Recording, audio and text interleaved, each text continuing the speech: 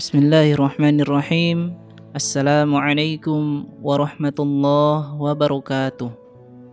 Alhamdulillah, wassalatu wassalamu ala rasulillah, Sayyidina Muhammadin ibni Abdillah.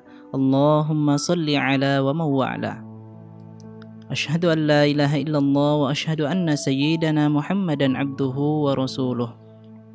Allahumma salli ala sayyidina Muhammad wa ala alihi wa ashabihi ajma'in. Amma ba'd. Pendengar sahabat kreatif yang berbahagia, pada kesempatan khazanah hari ini saya akan menyampaikan tausiah yang berjudul 3 tips mengatasi kemarahan. Dalam Kamus Besar Bahasa Indonesia, kata marah artinya merasa sangat tidak senang, baik karena dihina, diperlakukan tidak sepantasnya, dan sebagainya. Marah juga diartikan sebagai suatu perasaan yang meluap, menyelimuti hati dengan maksud balas dendam. Dalam kitab Matan Arba'in An-Nawawiyah disebutkan dalam sebuah hadis an Abi Hurairah radhiyallahu anhu, bahwa dari Abu Hurairah radhiyallahu anna rajulan qala lin Nabiy sallallahu alaihi wasallam, ada seorang laki-laki berkata kepada Nabi sallallahu alaihi wasallam, "Ausini, berikanlah aku wasiat."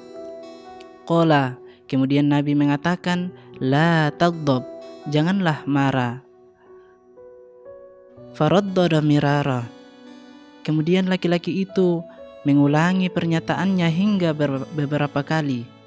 Qala, kemudian Nabi mengatakan, "La taghdab, janganlah engkau marah." Rawahul Bukhari. Hadis yang diriwayatkan oleh Imam Al-Bukhari. Terlepas dari asbabul wurud hadis ini, larangan marah dalam hadis ini dijelaskan oleh Imam An-Nawawi bahwa yang dimaksud marah mengandung beberapa pengertian. Yang pertama, jangan marah dalam artian janganlah melakukan sesuatu yang nantinya membuat kamu marah ataupun orang lain marah. Makna yang kedua, jangan marah dalam hadis ini yang dimaksud adalah jangan melakukan suatu tindakan di saat kamu sedang marah. Kenapa Nabi Shallallahu Alaihi Wasallam melarang kita untuk marah? Jawabannya, karena marah adalah sebuah pintu yang akan mengeluarkan berbagai keburukan di dalamnya. Sebagaimana dikatakan oleh Syekh Atiyah bin Muhammad Salim dalam kitab Syahrul Arba'in An-Nawawiyah, bahwasannya marah adalah pendorong bagi segala keburukan, dan seorang hamba ketika marah dia akan keluar dari keadaan biasanya dan tidak terhitung sebagai seorang yang berakal. Pendengar sahabat kreatif yang berbahagia, olehnya itu Syekh Atiyah Salim menyebutkan ada beberapa tips atau solusi yang harus dilakukan oleh seseorang ketika dilanda kemarahan, dan solusi itu dilakukan secara bertahap. Tips yang pertama yang diajarkan atau diinformasikan oleh Syekh Atiyah Salim yaitu zikrullah atau mengingat kepada Allah Subhanahu wa Ta'ala. Mengapa demikian? Karena dengan mengingat Allah, hati akan terasa tenang. Sebagaimana Allah Subhanahu wa Ta'ala berfirman dalam Al-Quran surah Ar-Ra'd ayat ke-28. A'udzu billahi minasyaitonir rajim. Alladzina amanu wa tatma'innu qulubuhum bidzikrillah. Ala bidzikrillahi tatma'innul qulub. Yaitu orang-orang yang beriman dan hati mereka menjadi tentram dengan mengingat Allah Subhanahu wa Ta'ala. Ingatlah, hanya dengan mengingat Allah hati menjadi tentram. Pendengar sahabat kreatif yang berbahagia, tips yang kedua yang diajarkan oleh Syekh Atiyah Salim kepada kita, apabila dengan mengingat kepada Allah Subhanahu wa Ta'ala belum mampu meredamkan seluruh amarah yang ada dalam diri kita, maka perlu melakukan tips yang kedua, yaitu dengan cara berwudu. Mengapa demikian? Karena disebutkan dalam sebuah riwayat bahwa innal ghadabu minasyaiton, sesungguhnya marah itu arahnya atau datangnya dari syaitan. Wa inna syaitana khuliqa minan nar, dan sesungguhnya syaitan itu diciptakan dari api.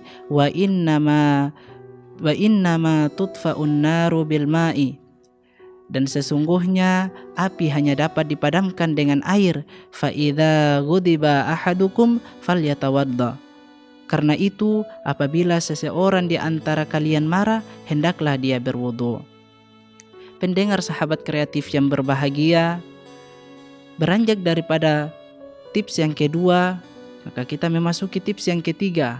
Apabila dengan cara berwudu pun belum mampu meredamkan amarah yang ada pada diri kita, maka kita perlu melakukan tips yang ketiga, yaitu jika kita marah dalam kondisi berdiri, maka duduklah, dan jika masih marah dalam keadaan duduk, maka berbaringlah.